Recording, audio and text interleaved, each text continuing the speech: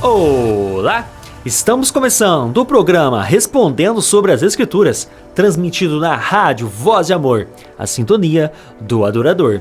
Os programas serão exibidos na quarta-feira, quinta-feira e sexta-feira, às 7 horas da manhã. Já as reprises você vai encontrar no YouTube, youtube.com/clica aqui não. Lá vai ter uma playlist denominada Respondendo sobre as Escrituras. E você vai assistir em vídeos os nossos programas. Você poderá encontrar também todos os links de todos os programas lá no Facebook, facebook.com/respondendo sobre as escrituras, e você poderá fazer uma pergunta para nós, caso você tenha alguma pergunta ou até mesmo uma sugestão de programa. É mais fácil no WhatsApp? Então o telefone é 16 99299 9452, 16 99299-9452. Meu nome é Rafael Jonessa e é uma satisfação poder esclarecer suas dúvidas. É claro que eu não estou sozinho, estou com ele. Quem é você? Meu nome é José Odair e vamos compartilhar a palavra de Deus com muito prazer. José Odair, hoje nós vamos tratar de uma questão bem importante em nossos dias. Basicamente nós vamos falar de João 10:10. Quem que é o ladrão em João 10:10? O texto diz o seguinte: o ladrão vem somente para roubar, matar e destruir. Eu vim para que tenham a vida e tenham em abundância. Nós vamos tratar sobre esse texto, que ele é bem importante. Mas antes de nós tratarmos o texto, vamos falar com Deus.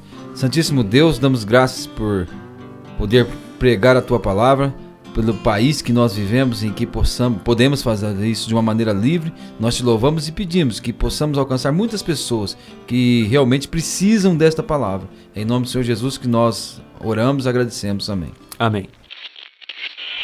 Você está acompanhando agora o programa Respondendo sobre as Escrituras. Dúvidas não são mais desculpas para conhecer a palavra de Deus. Então, José Odair, esse texto aqui ele é bem importante e bem atual em nossos dias. Há muitos grupos evangélicos, principalmente aquele evangelho, né? A gente chama de falso evangelho da teologia da confissão positiva. Todas as vezes em que uma pessoa há alguma dificuldade, alguma necessidade, alguma provação em algum problema, eles jogam esses problemas em cima do diabo, em cima de Satanás, e dizem o seguinte: não, o seu problema ele está aí com você porque esse problema veio do diabo, porque somente o diabo veio para matar, roubar e destruir. Então a vida de um cristão ela só anda para trás, né, como diz aí o ditado popular, por causa do diabo. Mas Cristo, quando nos salva, ele elimina as obras más do diabo. Então, se uma pessoa está enferma, com doença, com câncer, com diabetes, com qualquer outra doença que você estiver imaginando, se a pessoa está com essa doença, é porque o diabo colocou essa doença nessa pessoa. Então, apenas orando com fé, se você é salva, essa doença some. Isso mesmo, tá? Essas pessoas ensinam isso. Uma pessoa que está com uma doença em estágio terminal, se ela orar com fé, confessar positivamente, automaticamente aquela doença sai da pessoa. Por quê? Porque o diabo veio para roubar, matar e destruir. Então eles se utilizam desse texto em João capítulo 10, no verso 10. Mas será que é o diabo mesmo aqui nesse versículo, José Odair? Vamos fazer a leitura de todo o contexto e nós vamos perceber facilmente a quem o Senhor Jesus está, ou de quem o Senhor Jesus está falando. Versículo 7, começando ali, diz assim: tornou, pois, Jesus a dizer-lhes: em verdade vos digo que eu sou a porta das ovelhas. Todos quantos vieram antes de mim são ladrões e salteadores, mas as ovelhas não os ouviram. Eu sou a porta, se alguém entrar por mim, salvar-se-á, entrará e sairá e achará pastagens. O ladrão não vem senão para roubar, matar e destruir. Eu vim para que tenham vida e a tenham em abundância. Eu sou o bom pastor. O bom pastor dá a vida por suas ovelhas. O mercenário, que não é o pastor, de quem não são as ovelhas, vê vir o lobo e deixa as ovelhas e foge. O lobo as arrebata e dispersa as ovelhas. Ora, o mercenário foge porque é mercenário e não tem cuidado das ovelhas. Eu sou um bom pastor, conheço as minhas ovelhas e minhas ovelhas me conhecem. Então, olha, pelo texto nós estamos vendo aqui que o Senhor Jesus não está se referindo a Satanás no versículo 10, que ele está se referindo a todos aqueles que vieram antes e quiseram se colocar na posição de líderes espirituais na vida daquelas pessoas. E o Senhor Jesus diz que ele é o bom pastor, que dá a vida pelas suas ovelhas, mas o ladrão, né, ele vem para matar, roubar e destruir. Depois ele diz no versículo 12, o mercenário, que não é o pastor, e a quem não pertence as ovelhas, ele vê vir o lobo, o predador das ovelhas, e deixa as ovelhas e foge. Então está referindo-se aqui àquele que não tem cuidado com as ovelhas e que vê vir o lobo e foge. Então fica claro que não está se referindo a Satanás, mas está se referindo a líderes espirituais que não têm cuidado das suas ovelhas. É isso que eu vejo aqui no texto, claramente explicado aqui. Aliás, o profeta Ezequiel, no Velho Testamento, tem um texto em que Ezequiel, falando, né, as palavras de Deus, ele condena os líderes espirituais de Israel por não ter cuidado das ovelhas. Eu vou ler aqui o capítulo 34 de Ezequiel, no qual o profeta diz o seguinte: veio a minha palavra do Senhor dizendo, filho do homem, profetiza contra os pastores de Israel. Aqui ele está se referindo, pastor de ovelhas? Não, está se referindo aos líderes espirituais. Profetiza e dize aos pastores, assim diz o Senhor Deus, ai os pastores que apacentam a si mesmos. Não devem os pastores apacentar as ovelhas? Então eram pessoas que se preocupavam mais consigo mesmo do que com as pessoas às quais eles estavam ensinando. Comeis a gordura e vos vestir da lã, matais o cevado, mas não apacentai as ovelhas. É aquela pessoa que se aproveita das ovelhas, né? Que come a ovelha gorda, ele se veste da lã da ovelha, mas ele não apacenta as ovelhas. E quando a ovelha está fraca? Versículo 4. As fracas não fortalecesses, a doente não curasses, a quebrada não ligasses e a desgarrada não tornasse a trazer. A perdida não buscastes, mas dominais sobre elas com rigor e com dureza. Aqui está descrevendo os líderes espirituais de Israel. Que quando uma pessoa estava passando uma necessidade, quando a pessoa precisava de orientação, precisava de alguém buscar, porque a pessoa estava numa situação difícil, eles não buscavam. Mas eles pegavam o dinheiro do dízimo, eles se aproveitavam das ovelhas, mas não tinham cuidado nenhum com as ovelhas. E Deus está muito irado com eles porque eles não fortaleceram aquelas que estavam doentes e não ligaram as que estavam quebradas, né? O versículo 5 diz, assim se espalharam por não haver pastor e tornar-se-ão pasto para todas as feras do campo, porquanto se espalharam. As minhas ovelhas andam desgarradas por todos os montes e por todo alto outeiro. Sim, as minhas ovelhas andam espalhadas por toda a face da terra, sem haver quem as perguntasse por elas, nem quem a buscasse. Ou seja, os pastores não estão nem aí com as ovelhas, não tem cuidado para com as ovelhas. É isso que o Senhor Jesus está dizendo ali no Evangelho de João, no capítulo 10. Esse texto aqui de Ezequiel 34 se refere aos líderes de Israel, né? E João capítulo 10, quando o Senhor Jesus disse que o ladrão vem para matar, roubar e destruir, está fazendo uma alusão a esses pastores que comem a carne da ovelha gorda, pega a lã, apacenta a si mesmo e não tem cuidado das ovelhas. É isso que está no texto. É isso aí. Então, Jesus Cristo está reproduzindo aquela fala de Ezequiel no capítulo 34, onde os falsos pastores estavam sobrecarregando Israel, não estavam cuidando e estavam fugindo na hora em que as ovelhas precisassem daqueles pastores. Focando aqui no verso 13, diz o seguinte, agora de João, capítulo 10. O mercenário foge. Por que é mercenário? E não tem cuidado com as ovelhas. José Odair, quantas pessoas hoje, dentro do cristianismo, pessoas que estão dentro das igrejas, em que trabalham passando dificuldades, necessidades, e muitos falsos pastores sugando o dinheiro dessas pessoas, que em tanta dificuldade essas pessoas têm conquistado o seu dinheirinho para pagar suas contas, com dificuldade de se manter.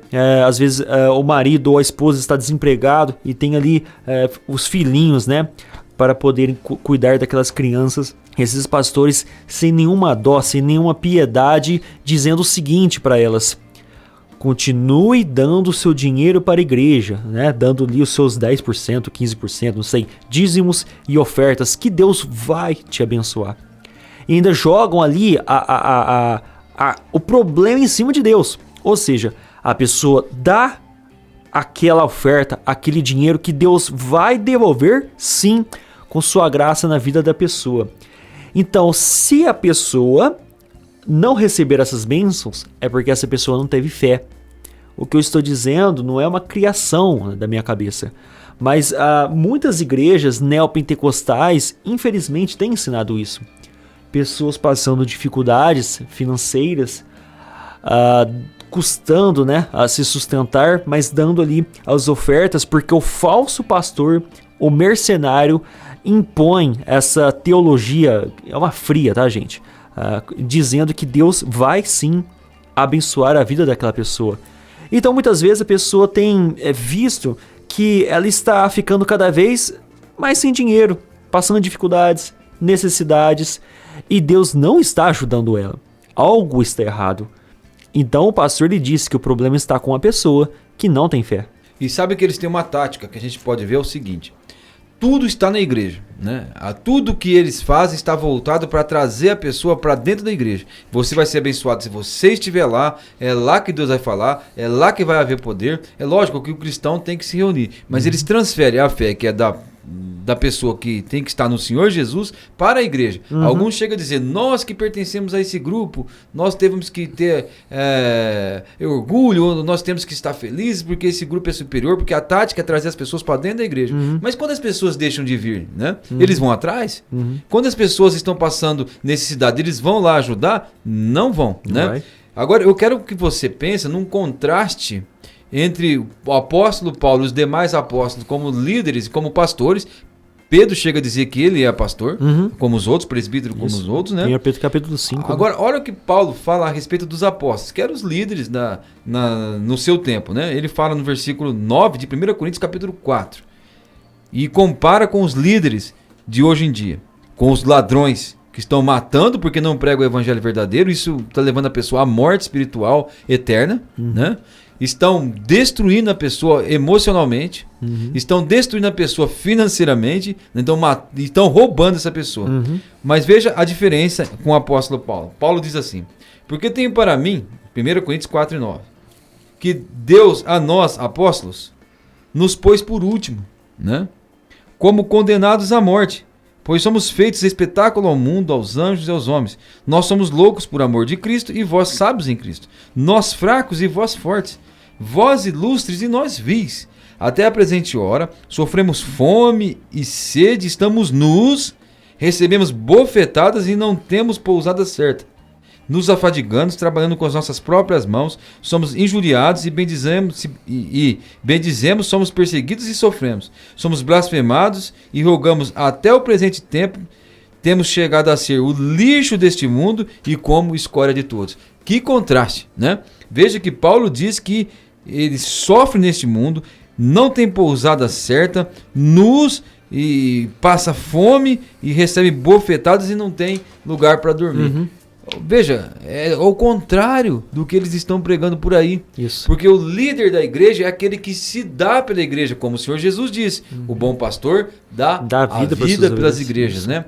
A Bíblia fala lá em Hebreus capítulo 13, versículo 7, Hebreus capítulo 13, versículo 17, lembrai dos vossos guias que vos ensinaram a palavra, né? E fala para ele também que eles velam por nossas almas. Quando diz que eles velam por nossas almas, está falando, a palavra ali poderia ser traduzida em insônia. É pessoas que nem dormem, e eles nem dormem por preocupação para com as ovelhas. E eles não têm cuidado de si mesmo. Paulo disse assim, 2 Coríntios capítulo 15, eu ainda de boa vontade me gastarei muito e me deixarei gastar em prol das vossas almas, ainda que amando-vos cada vez mais seja menos amado. Então Paulo deu a vida pelas igrejas. E o pastor de verdade, o líder espiritual de verdade é aquele que dá as ovelhas e não tira das ovelhas. O que acontece hoje é que tem pessoas que vão lá e eles sugam tudo que a pessoa tem, tudo que pode tirar sem dó, sem piedade, sem pudor.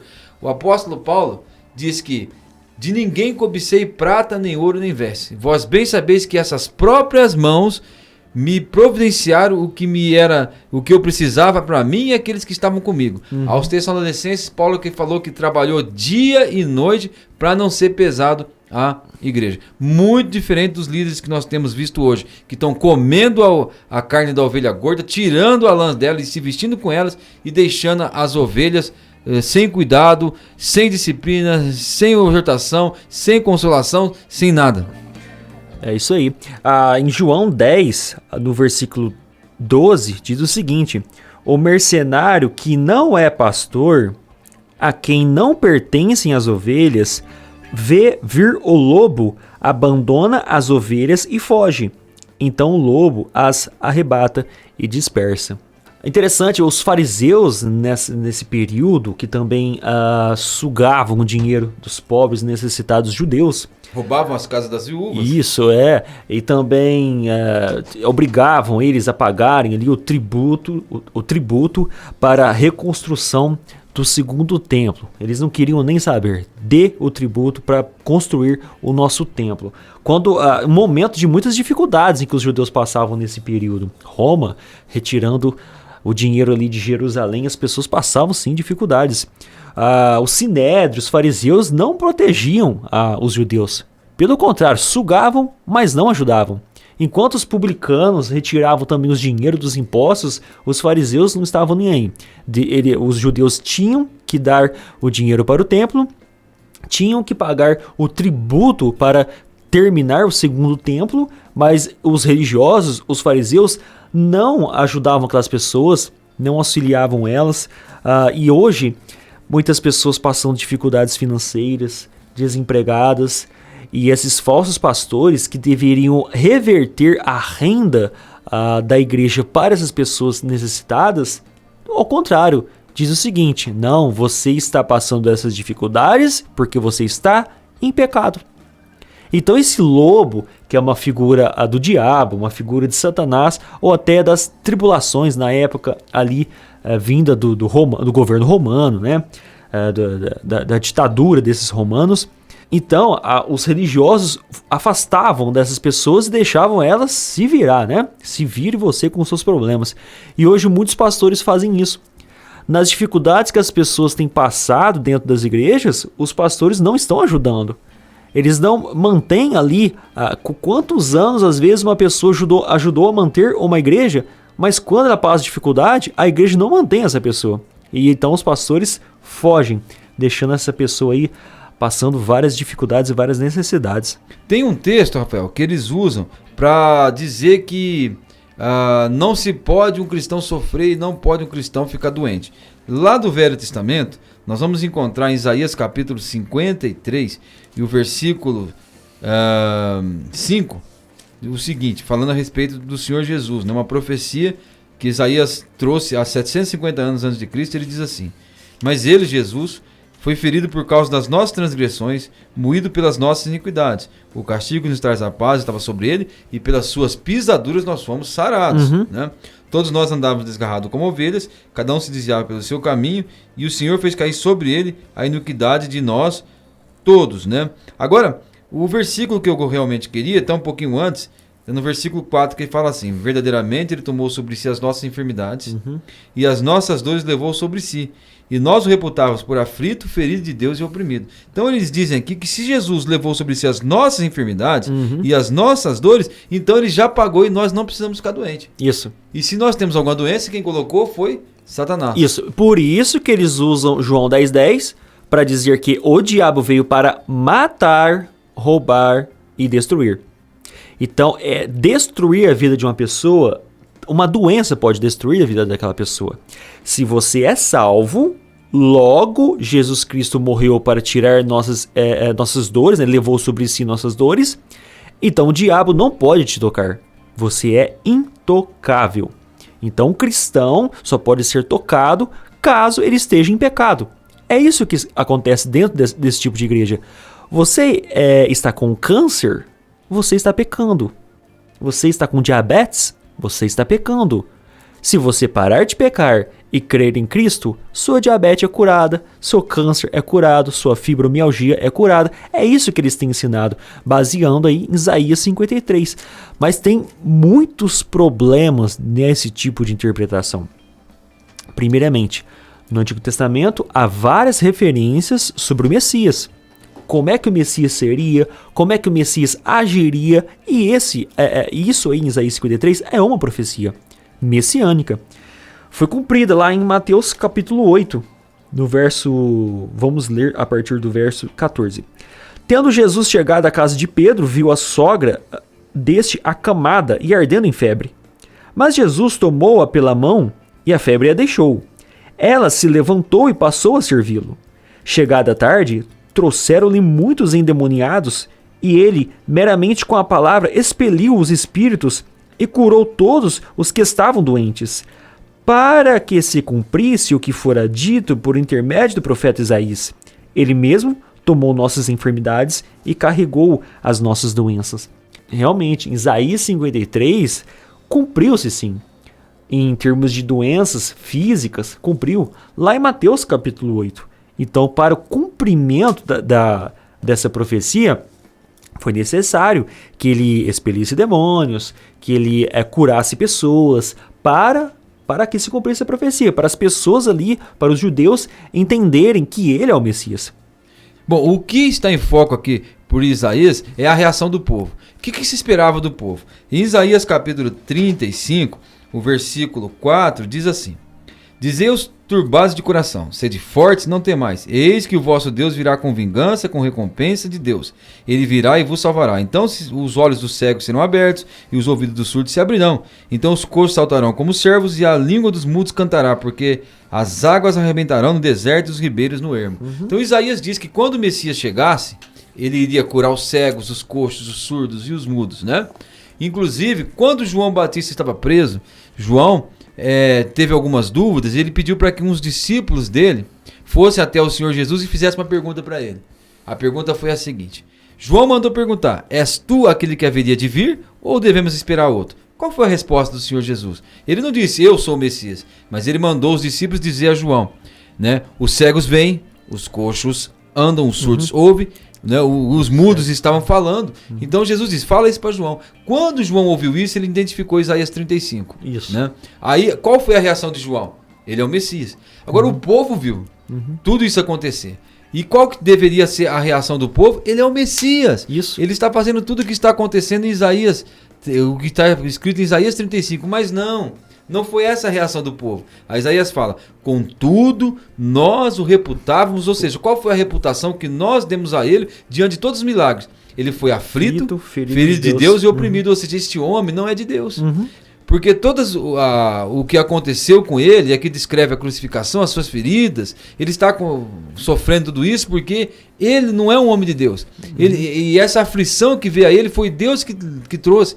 Então, eles deveriam considerar Jesus o Messias diante dos milagres, mas eles reputavam Jesus por aflito, ferido de Deus e oprimido. Cumpriu-se a profecia de Isaías naquele dia, literalmente.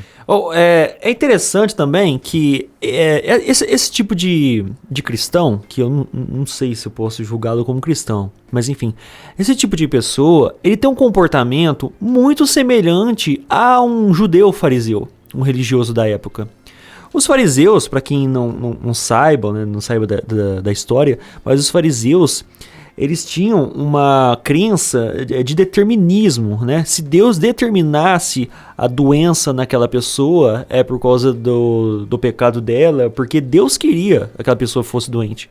Então, a pessoa doente ali nos perímetros de Jerusalém, quando um judeu olhava para ela, ele entendia que era Deus punindo ela por algum problema, por algum motivo. Deus é quem punia aquela pessoa. E da mesma forma, hoje, esses líderes religiosos que ensinam isso, que eu não posso chamar de pastor, mas sim de um falso pastor, eles estão na contramão do que a Bíblia ensina. Essa mesma passagem de Isaías 53, quando Pedro vai tratar em sua epístola, lá no capítulo 2, a partir do verso 22, ele diz o seguinte, falando sobre Cristo, não o Messias, o qual não cometeu pecado nem dolo algum se achou em sua boca, Pois ele, quando ultrajado, não revidava com ultraje. Quando maltratado, não fazia ameaças, mas entregava-se àquele que julga retamente, carregando ele mesmo em seu corpo sobre o madeiro os nossos pecados, para que nós mortos para os pecados, vivamos para a justiça. Então, quando Pedro vai se lembrar de Isaías 53, ele não vai dizer que ele levou sobre si nossas dores e nossas enfermidades. Ele vai dizer que ele morreu por nossos pecados. Então, cumpre-se hoje Isaías 53 não como uma doença física, mas sim como um problema de pecado em nosso corpo. Jesus carregou sobre si, no madeiro, os nossos pecados. 1 Pedro capítulo 2, verso 24.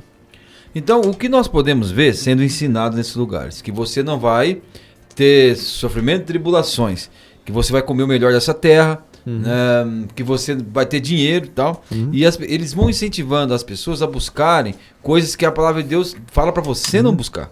Eu vou ler um texto aqui, em Hebreus capítulo 3 e o versículo 5, Hebreus 13 e 5. Ele fala assim: sejam a vossa vida sem avareza, contentando-vos com o que tendes, porque ele disse, não deixarei e não te desampararei.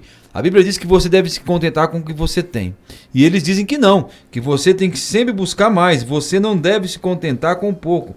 Você realmente tem que buscar o melhor. Se você tem um carro, você tem que buscar um carro melhor. Eles vão incentivando as pessoas a buscarem cada vez mais, para que as pessoas dediquem sua vida a terem mais. E uma vez eles tendo mais, eles vão contribuir com mais. E vão achar que foi aquela doutrina, aquela fé que deu isso para eles. Nada, foi eles que gastaram a vida, o esforço, sofreram para ter as coisas e acabaram adquirindo porque só viveram em função disso.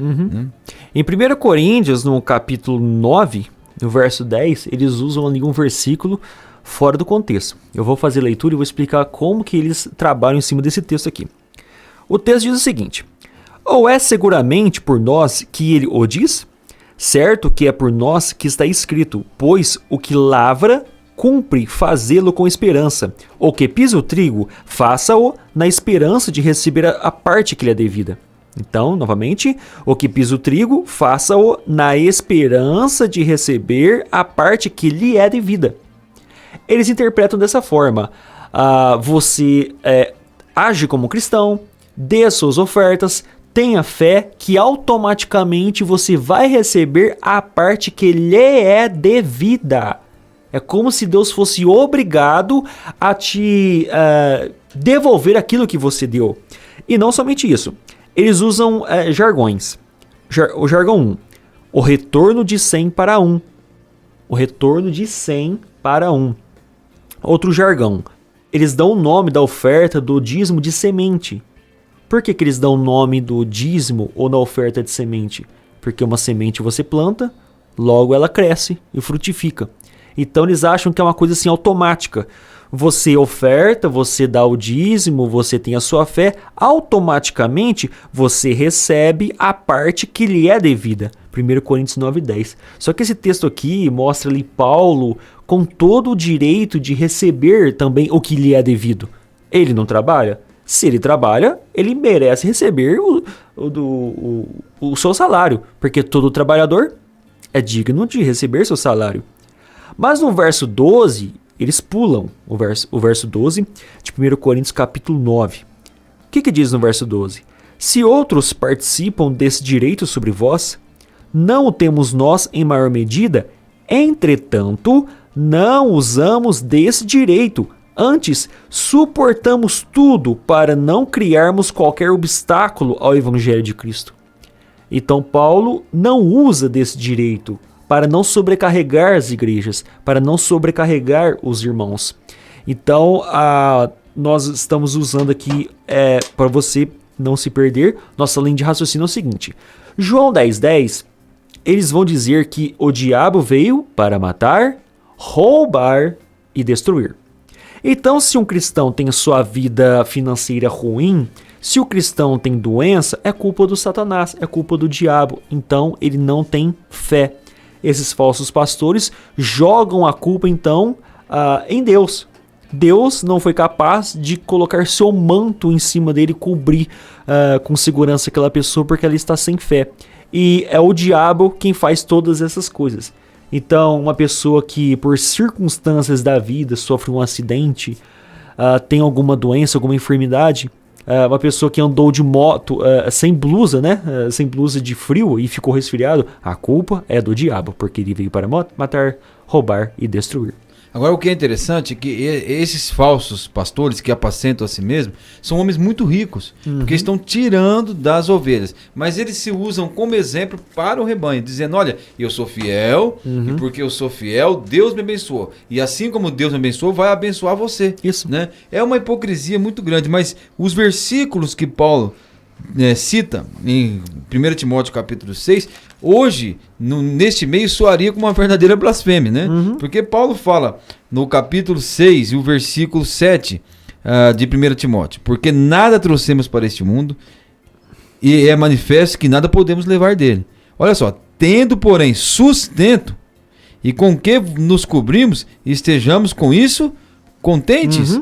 Mas os que querem ficar ricos caem em tentações, em laços e muitas concupiscências, loucas e nocivas, que submergem o homem à ruína e à destruição. Então, o ladrão vem para matar, roubar e destruir. Quando essas pessoas estão colocando isso na mente das pessoas, qual é a consequência? Né? O desejo de ter mais. Quando eles estão colocando na mente das pessoas que eles têm que prosperar, que eles têm que ter o melhor, olha só o versículo 9. E aí essas pessoas querem ficar ricas. Mas os que querem ficar ricos caem em tentação, em laço e muitas concupiscências loucas e nocivas, e que submergem os homens na perdição e na ruína, ou na destruição. O ladrão vem para matar, roubar e destruir. E matam também literalmente.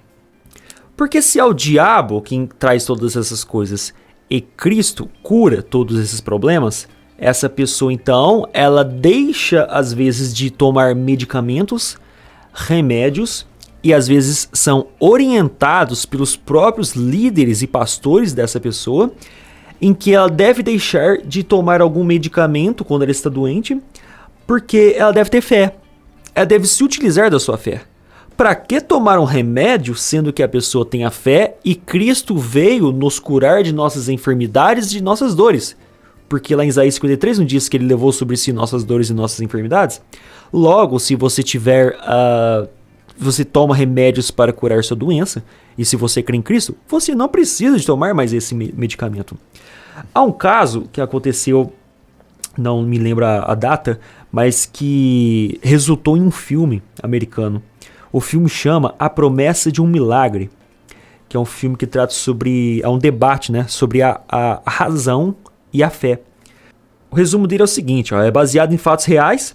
A Promessa de um Milagre traz em questão uma família evangélica, pentecostal, que possui um filho com diabetes.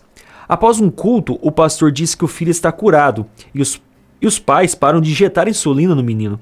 Ele morre e começa então uma discussão, né, entre limites da fé e a razão. O filme é de 1998. É um filme baseado em fatos reais. Ou seja, uma criança morreu porque irresponsavelmente os pais deixaram de aplicar insulina nessa criança. Faz tempo que eu assisti o filme, mas me parece que eles faltaram dinheiro, né, para comprar ali o medicamento. Então eles aplicaram a fé. E a igreja em que eles participavam tinham essa doutrina, né, de confessar positivamente que Cristo morreu e levou sobre si nossas dores e nossas enfermidades. O diabo, nosso inimigo que veio para matar, roubar e destruir, Jesus venceu o diabo, e ele venceu o diabo, ele não pode mais agir em nossa vida. Então esse casal deixou de dar o medicamento para o seu filho. Então esse versículo de João 10:10, essa morte pode ocasionar em algo literal. Não é o diabo, mas o falso pastor, ele veio para matar, roubar e destruir. Em vez dele dar vida pela ovelha, ele às vezes tira a vida da própria ovelha. E eu ouso dizer que o Senhor Jesus, ele veio ao mundo para salvar o mundo do pecado. Esta foi a sua missão aqui, né? O Senhor Jesus não veio para curar, ele curou, né? Mas ele veio para salvar. Inclusive tem uma passagem em Lucas 17 que o Senhor Jesus se encontra com 10 leprosos, né? E o encontro é de longe. E eles dizem, mestre, tem misericórdia de nós. Então Jesus disse, ide mostrar ao sacerdote e ofereceu o que Moisés determinou. Né? O que aconteceu? Enquanto eles estavam indo, no meio do caminho eles ficaram limpos. Só que dos 10, apenas um voltou. Um voltou e veio adorar o Senhor Jesus, e diz a Bíblia que este era samaritano. E o Senhor Jesus, então, faz a pergunta, em Lucas capítulo 17, versículo 17, Jesus fala assim, e respondendo Jesus disse, não foram 10 os limpos? Onde estão os 9? Agora, essa pergunta eu queria fazer. Onde estão os 9? Eles foram curados? Foram curados. Mas veja bem, Jesus diz, onde estão os 9? Aí ele fala, não houve quem voltasse para dar glória a Deus, senão esse estrangeiro, porque ele era samaritano. Aí Jesus disse, levanta-te e vai, a tua fé te salvou. Isso? Somente um foi salvo. E isso está no texto. Os 9 foram curados por Jesus, viveram toda a vida de uma única experiência que eles tiveram com Jesus de longe, né? Mas no final da sua vida foram para o inferno. Isso. E o próprio diabo, ele tem o poder também para fazer cura. A gente for ler Mateus capítulo 7, lá a partir do verso 20, né? Lá diz assim, Senhor, porventura nós não temos profetizado em teu nome, temos expelido demônios, feito curas, né? Milagres, maravilhas.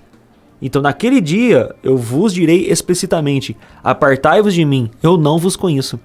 Então às vezes esses milagres, essas curas que acontecem em igrejas, muito cuidado. Tenha certeza de que a tua igreja, o teu lugar que você congrega é uma igreja bíblica.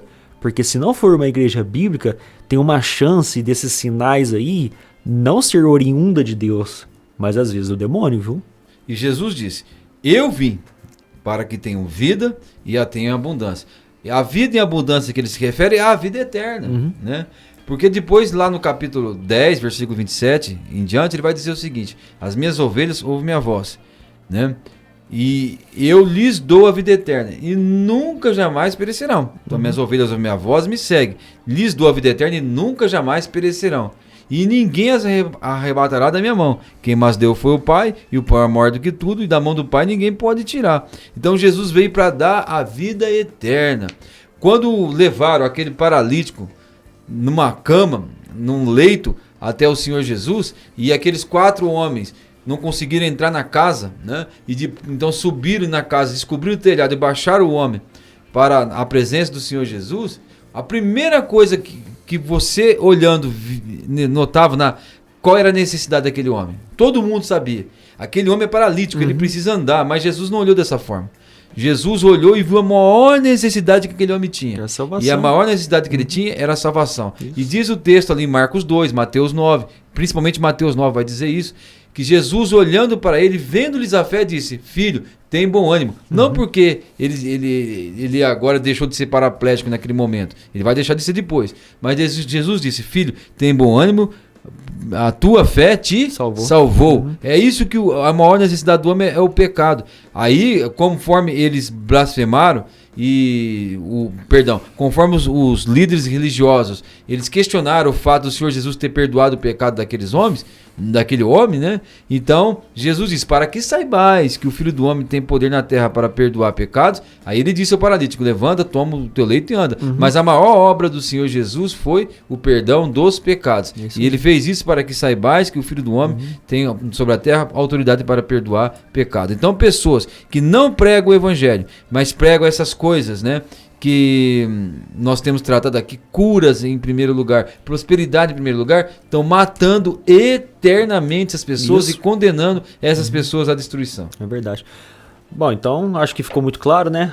João 10:10, o ladrão ali é a religião, né? Falsos pastores, falsos mestres aí. Tem matado, roubado e destruído. Bom, gostaria de agradecer a todos os ouvintes e aqueles que vão assistir também no YouTube, no Facebook, e espero vocês para os próximos programas. Então, terminamos aqui mais um programa respondendo sobre as Escrituras. Você ainda tem alguma dúvida ou quer fazer uma sugestão? Então vai lá no Facebook, facebook.com/respondendo sobre as Escrituras. Faça sua pergunta lá para nós ou no nosso WhatsApp. O telefone é 16 99299 9452. 16 99299 9452. Nos vemos então nos próximos programas. Até mais.